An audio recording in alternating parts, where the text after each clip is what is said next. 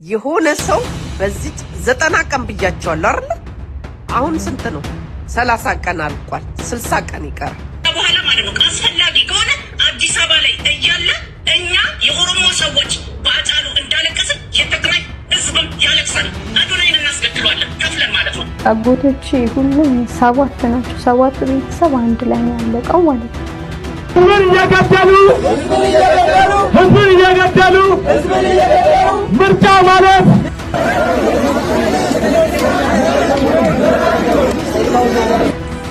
ሳይኖስ 50 ሰው አሳርዶ አሁንም ብፁ ነው የሚለው። ይህን የሆነ ቦታ ማስቆም አለብን። አብይ አህመድ ከአረብ ጋር ሆኖ በድሮን ሰው የፈጀ ምርጫ ይቀርባል። ለምን? እኛ ኦርቶዶክሳን ስለደነዘዝን። ቀጣዩ ታድሶ የሚላለ ቀጣይ ፕሮቴስታንት ቢል እንደውም አጋጥሞኛል። ማለት ሄድን ማለት ግን እምነት አልቀየርንም። በሻው ወደ ፕሮቴስታንት ደረሽ ሄዳችሁ ነበር አንተም ሰዎችንም።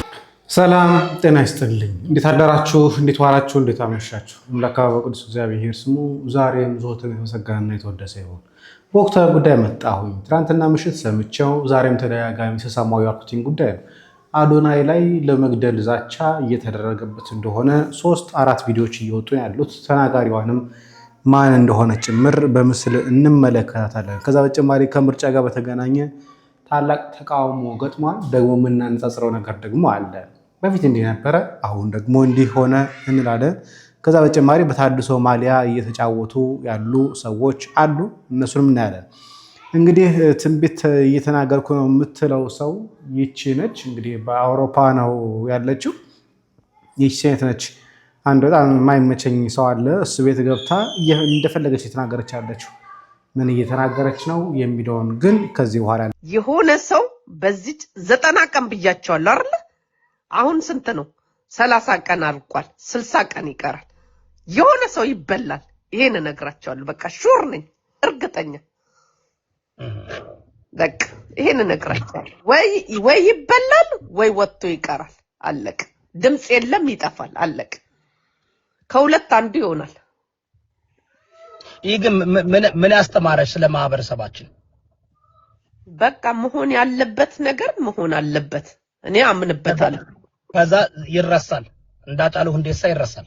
አይ ዶንት ኬር አባውት ለምን ብትል ማለት ነው ለዓላማ እንቅፋት መጻፉ ይላላ። መጻፉ ይላል። ገብቷል? አብሮክ መድረክ ላይ ያስወጣክ ሰው ማለት ነው እንቅፋት የሚሆን ከሆነ አስወግዶ ይላል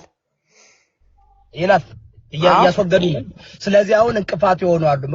የትኛው መጽሐፍ እንደዚህ እንደሚል ግን አላውቅም። መጽሐፍ ቅዱስ አይደለም። መንገድ ላይ ምንድር በመንገድ እንቅፋት የሚሆኑ አስወግደው የሚል መጽሐፍ የለንም። መጽሐፍ ቅዱስ ላይ ከሆነ ወይ ቅዱስ መጽሐፍ ላይ ከሆነ ሌላ መጽሐፍ እያነበበች ከሆነ አላውቅም። ግን እንቀጥል። ወደ ግራ ነው ወደ ቀኝ ነው አሁን እኔ ለምሳሌ ይኸውልህ ዮዳብ ለዓላማዬ የሚያሰጋኝ ሰው ካለ አስወግጄ ከማለፍ ወደኋላ አልልም። ያን ዓላማዬ ሹር ከሆንኩኝ ማለት ነው። እሱም ኢትዮጵያ ውስጥ ከሆንኩኝ እኔ አሁን ለምሳሌ ባለስልጣን ነኝ ልበል።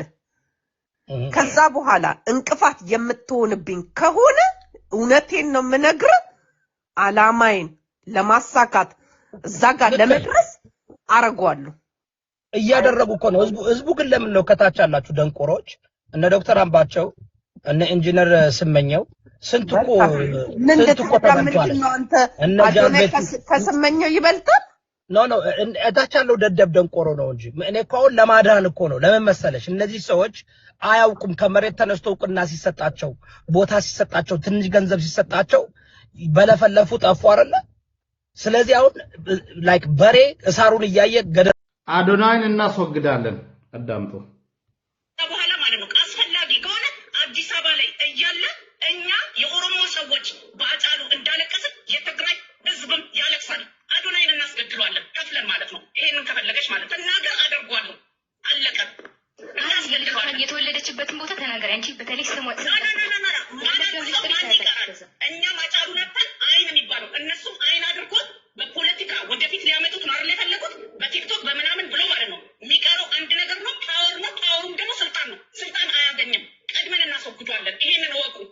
ዝም ብለን ስንከተላችሁ ዝም ብለን እንትን ስንል ማለት ነው እውነትም እንዳይመስላችሁ ተናገር። ወለጋ ተበል እኔ ማለት ነው አዶናይን አስገድሏለሁ። 1 ሚሊዮንም 10 ሚሊዮንም ከፍዬ አስገድሏለሁ። ወርቄ የምትባለው ስዊድን ሀገር ነው የምትኖረው። ይሄንን የሷን ቃል በስዊድን ቋንቋ አስተርጉሙና ሄዳችሁ ብቻ እኔ ባለኝ መረጃ ስዊድን ሳይሆን ፈረንሳይ እንዳለች ነው መረጃ እያሳየኝ ያለው። አድራሻው የሚያሳየው ፈረንሳይ ነው። ስዊድን ኮረች ጋር አላውቅም፣ ግን ይሄ ቪዲዮ የተለቀቀው ግን ፈረንሳይ ሆነ የሰራችው ቪዲዮ እንደሆነ ግን ያሳያል። ለፖሊስ ስጡ፣ የሷን አድራሻ ፈልጉና በኦሮሞ ስም የሚነግድ ሰዎች በዝተዋል። በኦሮሞ ስም ይነግዳሉ ማለት ነው። በኦሮሞ ስም ከሆነ ብዙ ገበያ ያገኛሉ። እቺ ሴትዮዋ እነ ጂጂኪያ እነ ሊልቲ እነ ወርቅች የምትናገረው እነዚህ ሁሉ በአጠቃላይ ኦሮሞ አይደለም። ከ190% እዚህ ሚዲያ ላይ በአብዛኛው ኦሮሞንን ብሎ የሚያወሩት ኦሮሞ አይደለም። እኛ እናውቃለን ኦሮሞ ማን እንደሆነ ማለት ነው። እንደዚህ አይነት ነውር፣ እንደዚህ አይነት ወንጀል በእኛ ስም መናገር አትችሉም። ኦኬ አዶናን እንደዚህ እናደርጋለን፣ የትግራይን ህዝብ እናስለቅሳለን። አሁን እሷ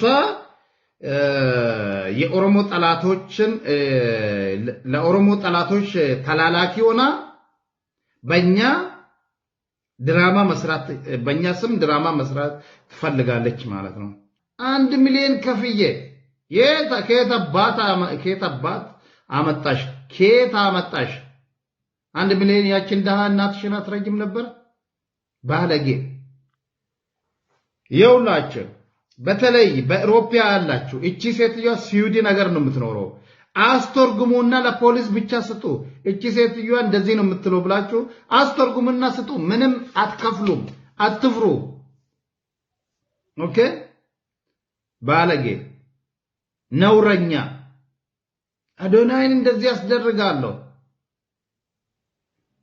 ቆሻሻ ኦሮሞ እንደዚህ አይነት ነውረኛ የለም፣ በኦሮሞ ውስጥ የለም። እንደዚህ አይነት ሰዎችን መቃወም አለብን። ቆሻሻ እንግዲህ እንደተባለው እየሰማችሁ እንዳላችሁት 1 ሚሊዮን ብርም ቢሆን ከፍዬ አስገድለዋለሁ። እኛ በሃጫሉ እንዳዘን ሁሉ እነሱ ደግሞ በአዶናይ ያዝናሉ። ሰው ምን አይነት አመለካከት እንዳለው ተመልከቱ። ሰውን ለማስገደድ ሰው ማህበረሰቡ እንዲያዝን፣ የትግራይ ማህበረሰብ እንዲያዝን እየሄደችበት ያለበት ርቀት በጣም በተለይ ደግሞ አውሮፓ ተቀምጦ በሰለጠነ ዓለም ላይ ተቀምጦ እኔ ያለኝ ዳታ ፈረንሳይ እንዳለች ነው።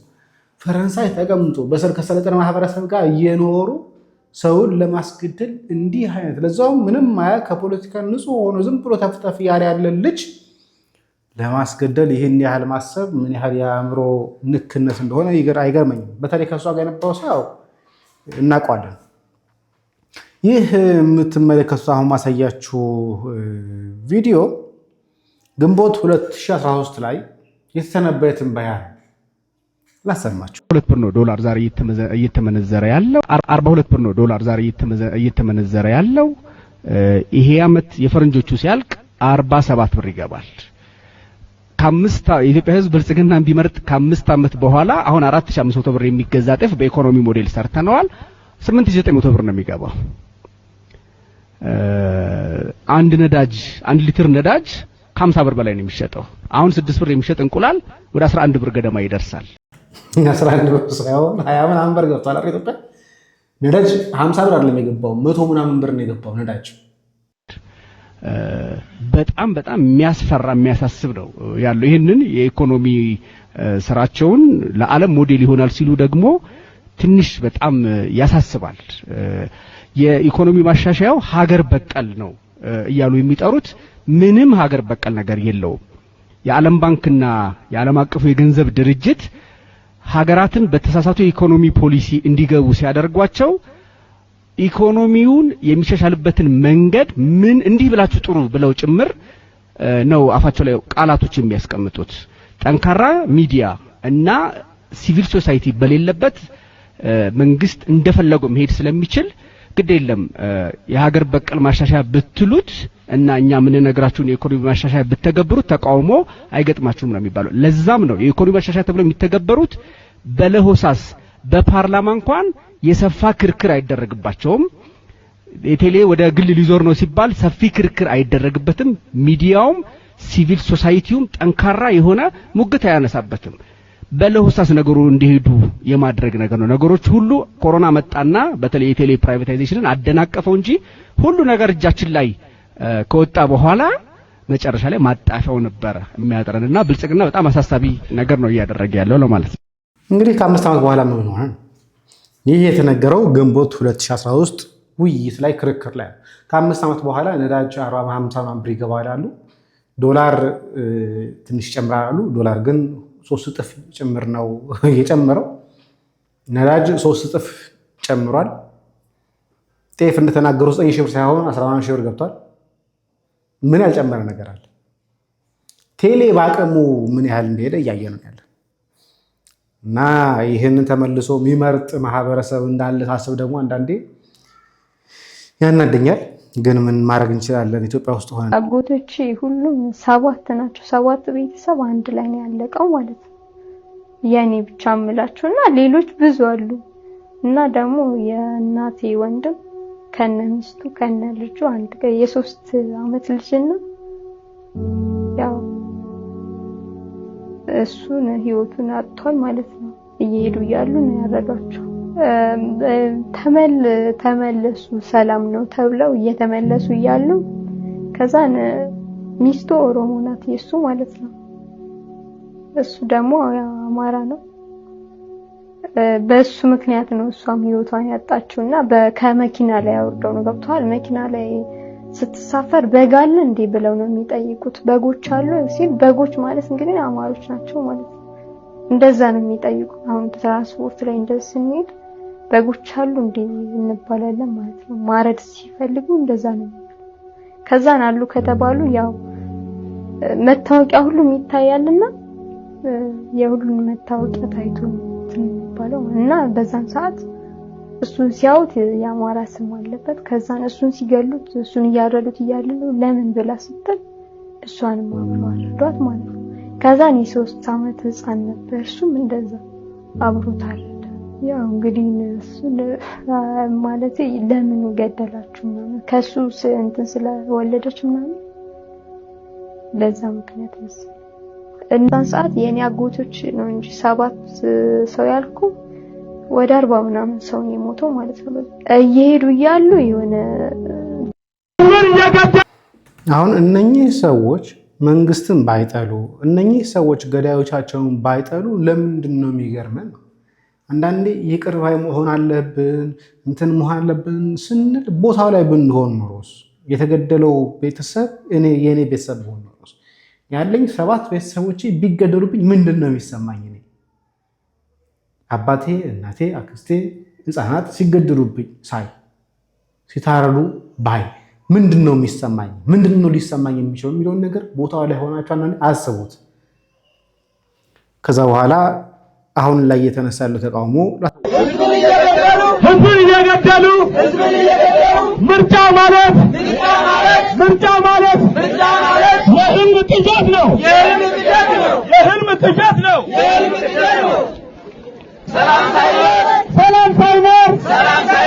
ሰላም ሳይኖር ምርጫ ሊኖር አይችልም። ብልጽግና የኤሜሬት ተላላኪ ነው።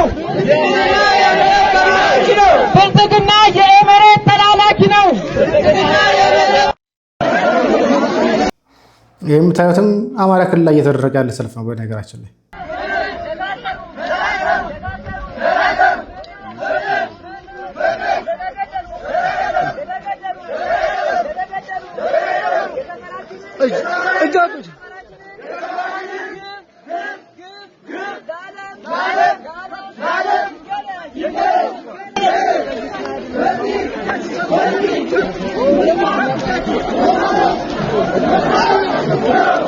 እጃለው እዚህ አካባቢ አትሉ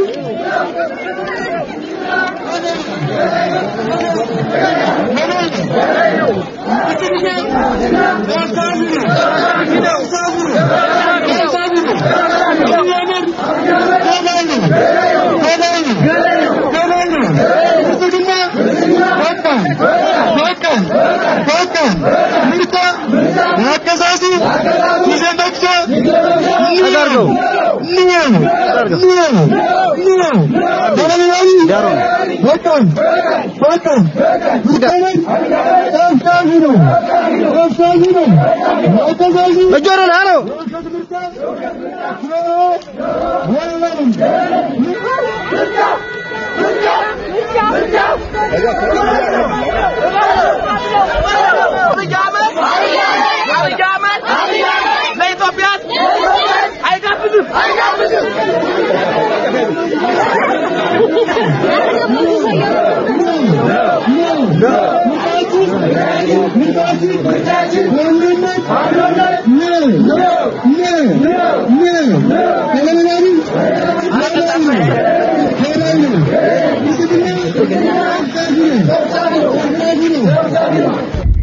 እንግዲህ በብዙ መከራና ውጣውና ውረድ የሚገኘው የአማራ ህዝብ በአገዛዙ የአብይ አህመድ ከላይ ድሮን ከምድር መድፍና ታንክ የመሳሰሉት በከባድ መሳሪያዎች እየዘነበበት የሚገኘው በርካታ ንጹሃን በየቀኑ የሚጨፈጨፈው የአማራ ህዝብ ምርጫ ቅንጦት መሆኑ ከምንም በላይ የአማራ ህዝብ በሰዓት ላይ ምርጫ ሳይሆን የሚያስፈልገው የመኖር መብትና ህልውና መሆኑን በሰፊው የተቃውሞ ሰልፎች በሰፊው ያቀረበበት እንደሆነ ግንዛቤ እንዲኖር እንግዲህ በተለያየ ቦታ ላይ አማራ ክልል ላይ እንግዲህ እንቅስቃሴዎች አሉ። ሰላማዊ ሰልፎች እየተደረጉ ነው። ምርጫ አንፈልግም የሚል ነገር ነው።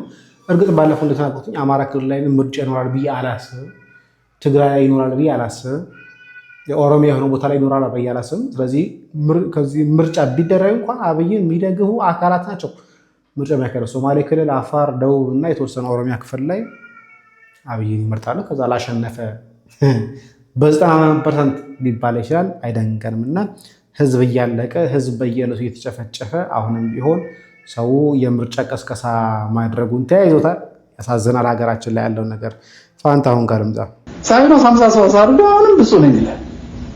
ይህን የሆነ ቦታ ማስቆም አለብን። አብይ አህመድ ከአረብ ጋር ሆኖ በድሮን ሰው የፈጀ ምርጫ ይቀርባል። ለምን? እኛ ኦርቶዶክሳን ስለደነዘዝን። ማን ያደነዘዝ? የራሳችን ሰባኪ፣ የራሳችን አባት፣ የራሳችን ዘማሪ፣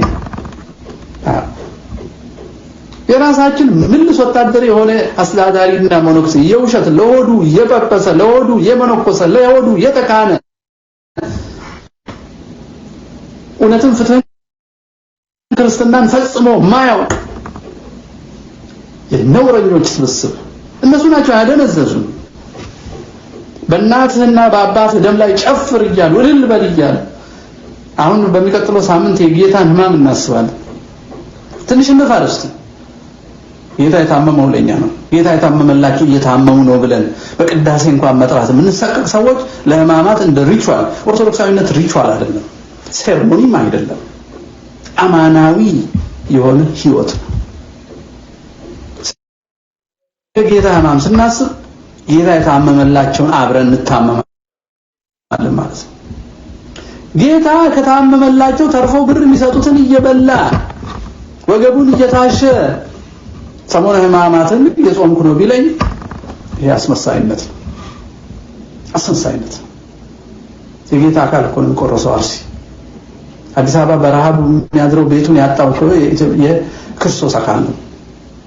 ለአረብ ገረድ ሆና ተሸጣ በቡድን የሚደፍሯት እህት እኮ የክርስቶስ አካል ናት እኮ።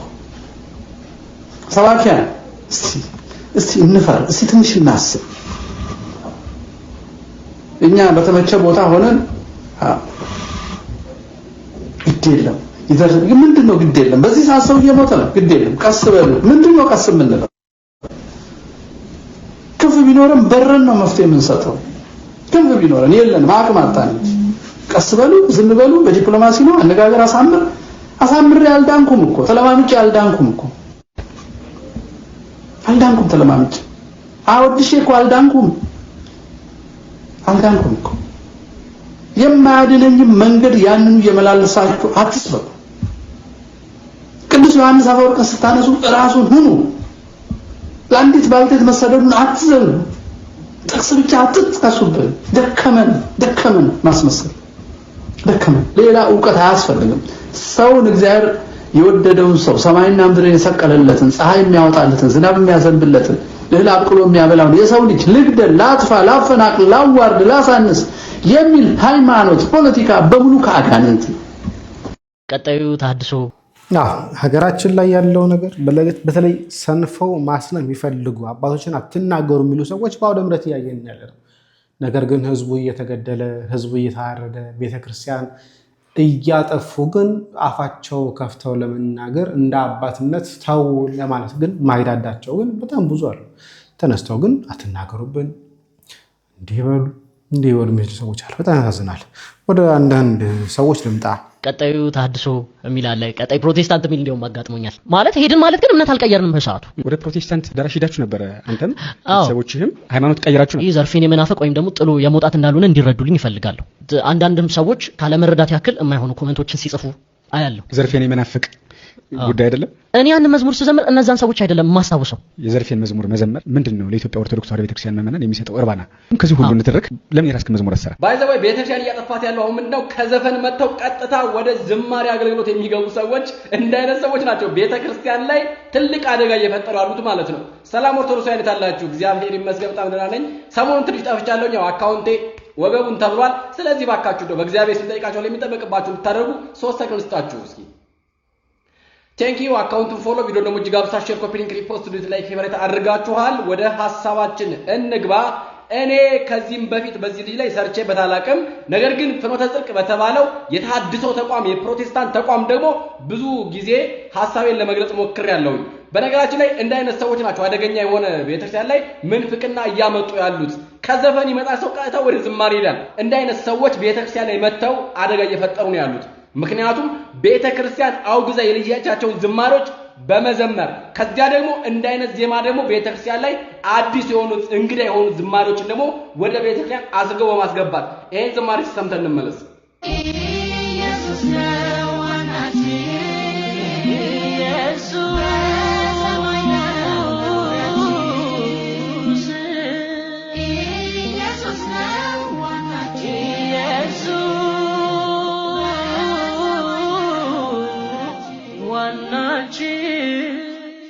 ኢየሱስ ኢየሱስ ስላለ ነው እንዲያው እንደዚህ የምትሉት። አሁን ይሄ ዝማሬ በቃ ኢየሱስ ስላለ ነው። ኢየሱስ ስላለ አይደለም። ቤተክርስቲያን 24 ሰዓት የምትሰብከው ኢየሱስን ነው። ነገር ግን ደግሞ ስርዓት የሚባል ነገር ደግሞ አለው። ኢየሱስ ነው ዋናችን እና ታዲያ ሲጀመር ድሮስ ታዲያ ኢየሱስን ከማን ጋር የምታወዳድረው? ከድንግል ማርያም ጋር የምታወዳድረው? ከመላእክት ጋር የምታወዳድረው? ኢየሱስን ከፍጡር ጋር ኦርቶዶክስ መቼም ልታወዳድረው አትችልም። ይሄን 4 ነጥብ አድርገን ማየት መቻል አለብን። ስለዚህ ኢየሱስ ነው ቤት እንደማትሰብክ አስመስሎ በቃ ይሄ ተቋም ነው ኦርቶዶክስ የምትተቸው ከኦርቶዶክስ እኮ ኢየሱስ ስላለው ለማስባል ያህል የምትመጡበት አካሄድ እጅግ በጣም አደገኛ አካሄድ ስለሆነ ማለት ነው። እንግዲህ ወንድማችን ቃላብዝ ምናልባት ቅዳሴ ገብተህ ታውቃለህ ወይ የሚለውን ጥያቄ ላንተ ጠይቄ ማለት ፈልጋለሁ። ምክንያቱም የዜማውም ስርዓት ሁሉም ነገር ስርዓት አለው። በምን አይነት ዜማት ነው ያዜማችሁት? እዝል ነው? ግዕዝ ነው? አራራይ ነው ወይስ ምንድነው? እስኪ እናንተ የዘማራችሁት አሁን ማለት ነው። ምክንያቱም ቤተክርስቲያን የምትዘምረው ያሬዳዊ ዝማሬ ስለሆነ ማለት ነው። አንተ ትክክለኛ የኦርቶዶክስ ልጅ ከሆንክ ከናሰግድ ጋርም ከሌሎቹም ጋር ፕሮቴስታንትም ግንኙነት ከሌለ ከፍኖተ ጽድቅ ጋር ያለን ግንኙነት ልታቋርጥ ይገባሃል። ምክንያቱም ያ ተቋም የተሐድሶ ተቋም ቤተክርስቲያን ለማፈራረስ መዶሻ ሆኖ የመጣ ተቋም ነው። አለቀ። እኔ የምረዳው ይሄን ነው። ብዙዎች የምንረዳው ይሄንን ነው። ስለዚህ ከፍኖተ ጽድቅ ጋር ተሰራ ድረስ እኔ ንጹህ ኦርቶዶክስ ነኝ በቃ ተሐድሶ ውስጥ የለውም ብትለኝ አልሰማህም። ተቋሙ እንደዛ ስራ አይደለም ማለት ነው። ተቋሙ ላይ ቤተክርስቲያን እያፈራረሰ ያለ ተቋም ነው። በተለይ ደግሞ በዝማሬዎች ደረጃ ማለት ነው። የፕሮቴስታንት ዘፈን የሚዘምሩት ብዙ ኢንስትሩመንቶች የነበሩ እነሱ ሊወጡ ይችላል። አሁን ላይ በስንት መከራ በስንት ወንድሞች ትግል አማካኝነት አሁን ላይ ግን እያደባ ጊዜ እየጠበቀ ወቅት እየጠበቀ የተነሳ ሲመስለው እንደ አዲስ እየመጣ አጀንዳ እየሰጠን ያለው ፍኖተ ጽድቅ የተባለው የተሐድሶ ተቋም ነው። አንተም ደግሞ እዛው እስከሰራ ድረስ ንጹህ ነኝ ማለት አትችልም። ከዛ ውጭ ግን አንተና እግዚአብሔር ናችሁ ልብን የምታውቀው ማለት ነው። እኔን መሸወድ ትችላለህ፣ እግዚአብሔርን መሸወድ አትችልም። የሆነ ጊዜ እግዚአብሔር ደግሞ አሳልፎ ይሰጥሃል። ስለዚህ የምታገለግል ከሆነ በንጽህና አገልግል። ስለዚህ አንተ ከየትኛው ወገን ነህ? ከኛ ወገን ነህ ወይስ ከነዛ ወገን ነህ? አሁንም ቢሆን ራስን ግልጽ አድርገህ ለይተህ እንድትወጣ በእግዚአብሔር ስም እንጠይቅሃለን ወንድማችን ቃለ አብ ማለት ነው። ከዛ ውጭ ደግሞ ነው ከዘፈን ወደ ቀጥታ ወደ ዝማሬ የምትመጡ ሰዎች ደግሞ ባካችሁ ነው ለራሳችሁም ለህሊናችሁም ለእግዚአብሔርም ለህዝብም የሚመች አገልግሎት አገልግሉ። አለቀ። ገና ለገና ድምጽ አለ ብላችሁ ጸጋችሁ ሳታቋትቡ በቃ ጸጋችንን ሳናቅ መተን ዝማሬ ውስጥ የምንገባ ከሆነ አደገኛ የሆነ ክራይስ ለቤተክርስቲያን እየፈጠርንባት ነው ያለ ነው። ታሪክ እያበላሸን ነው የምንሄደው። ነገ ላይ የሚታይ የሚኖር ታሪክ ስለሆነ ለልጆቻችን ምን የምናወርሳቸው ማለት ነው። እሱን ነገር ማየት መቻል አለብን። ኦርቶዶክሳውያን አካውንቱን ፎሎ ቪዲዮ ነው ሙጅ ጋብስታ ሼር ኮፒ ሊንክ ሪፖስት ዱት ላይ ፈሪት ታው በእግዚአብሔር ስም ጋብዛችኋለሁ። ሰላም እያላችሁበት። በነገራችን ላይ ቢዝነስ ካደረጉት ቤተክርስቲያን አሁን ላይ እየታየች ያለችው እንደ ቢዝነስ ነው። ምንም ጥርጥር የለው፣ ምንም ድርድር የለው፣ ምንም ማንጨቃጨቅበት ነገር ጉዳይ ቢኖር ቤተክርስቲያን አሁን ላይ እየታየ ያለው ነገሯ ከቢዝነስ አንጻር ብቻ ነው።